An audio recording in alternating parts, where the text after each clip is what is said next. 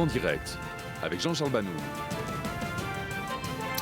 Bonsoir, 300 millions d'euros, c'est donc le montant que devraient atteindre les indemnisations des victimes des attentats de Paris en novembre dernier. Annonce faite aujourd'hui par la ministre de la Justice, Christiane Taubira.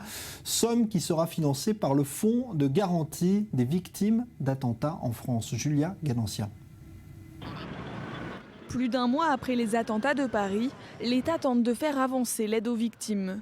La prise en charge concerne les familles des personnes décédées, les blessés et leurs proches, mais aussi les personnes impliquées pour une prise en charge psychologique et celles qui étaient présentes et ont été choquées.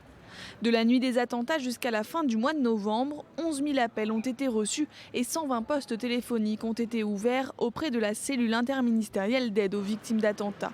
Le Fonds de garantie des victimes des actes de terrorisme et d'autres infractions est mis en place en 1986, 8 jours avant l'attentat de la rue de Rennes. Bilan 7 morts et 55 blessés.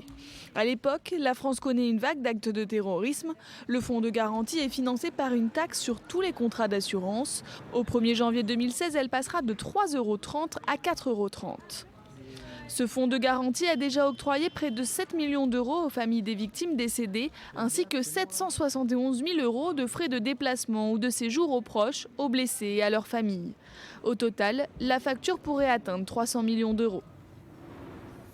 Alors en ligne avec nous, maître Olivier Maurice, avocat de plusieurs des victimes des attentats de Paris le 13 novembre dernier. Bonsoir. Bonsoir. Vous avez donc eu connaissance de ce chiffre qui est annoncé aujourd'hui par la garde des Sceaux sur le montant des indemnisations. Ça vous semble correspondre à ce à quoi on peut s'attendre ?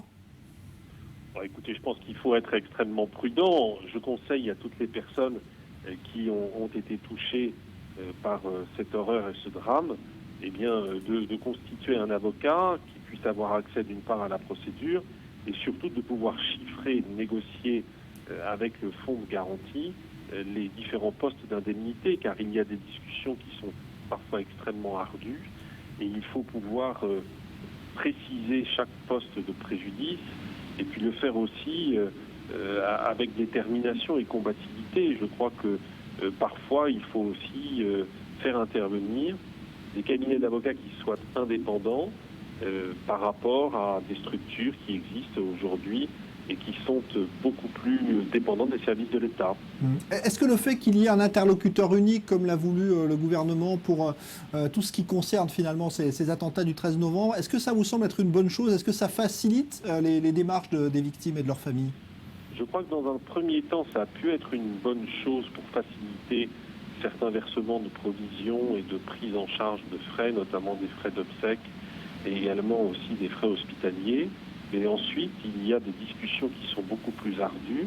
Et à ce moment-là, il faut impérativement que les personnes qui sont concernées puissent faire intervenir des avocats qui soient compétents à la fois dans la procédure pénale, où ils vont pouvoir se constituer pour défendre les droits des personnes, qu'elles puissent être renseignées de manière indépendante sur ce qu'il y a dans la procédure, sur ce qu'il y a également comme errement, sur ce qu'il y a comme avancée, sur des demandes qui pourraient être réalisées et de la même façon, dans le volet indemnitaire, de pouvoir les représenter efficacement afin que tous leurs droits soient pris en considération.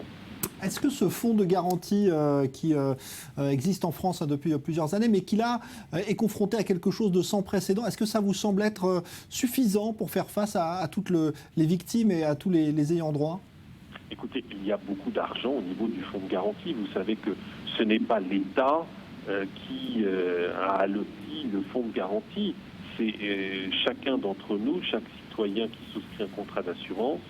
Il y a une écho qui est prévenue, qui est prélevée pour pouvoir, fonder l'indemnisation ensuite qui sera versée par le fonds de garantie. Donc je crois qu'aujourd'hui, il y a suffisamment d'argent, incontestablement, au niveau du fonds de garantie pour pouvoir faire face au caractère indemnitaire actuel.